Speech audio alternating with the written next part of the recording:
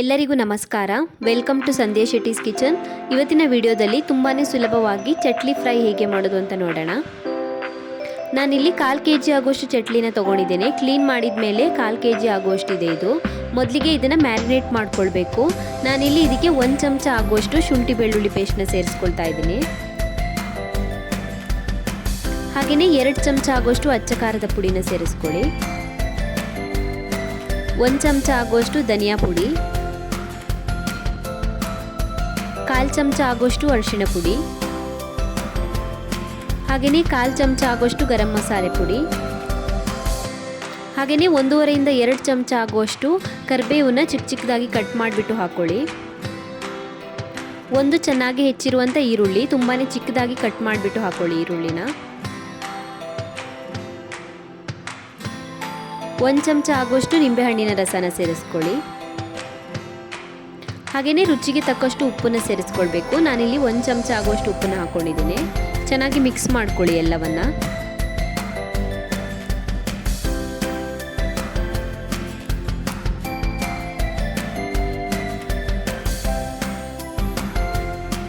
ಇವಾಗ ಇದಕ್ಕೆ 2 ಚಮಚ ಆಗುವಷ್ಟು ಎಣ್ಣೆನ ಸೇರಿಸ್ಬಿಟ್ಟು ಮತ್ತೆ ಚೆನ್ನಾಗಿ ಮಿಕ್ಸ್ ಮಾಡ್ಕೊಳ್ಳಿ.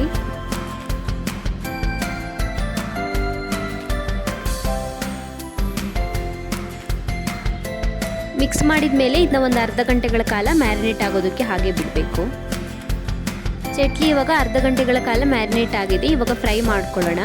ನಾನಿಲ್ಲಿ ಒಂದು ಫ್ರೈಯಿಂಗ್ ಪ್ಯಾನ್ಗೆ 4 ರಿಂದ 5 ಚಮಚ ಆಗುವಷ್ಟು ಎಣ್ಣೆನ ಸೇರಿಸ್ಕೊಳ್ತಾ ಇದ್ದೀನಿ.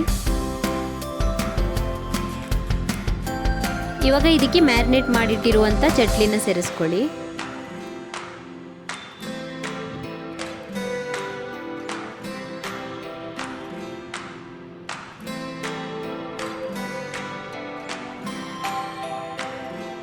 ಇವಾಗ ಮುಚ್ಚಳನ ಮುಚ್ಚಿಬಿಟ್ಟು ಇದನ್ನು ಒಂದು 5 ರಿಂದ 10 ನಿಮಿಷದವರೆಗೂ ಚೆನ್ನಾಗಿ ಬೇಯಿಸಬೇಕು.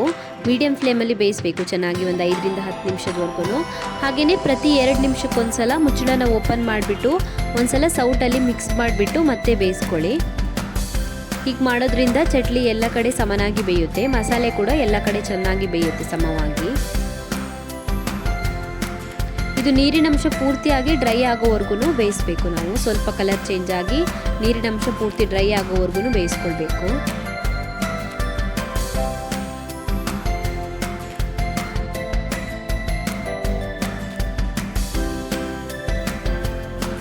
ನಾನೊಂದು 10 ನಿಮಿಷ ಚೆನ್ನಾಗಿ ಬೇಯಿಸ್ಕೊಂಡಿದ್ದೀನಿ. ಇದನ್ನು ಪ್ರಾನ್ಸ್ ಎಲ್ಲ ಚೆನ್ನಾಗಿ ಬೆಂದಿದೆ. ಮಸಾಲೆ ಕೂಡ ಚೆನ್ನಾಗಿ ಡ್ರೈ ಆಗಿ ಕಲರ್ ಚೇಂಜ್ ಆಗಿದೆ.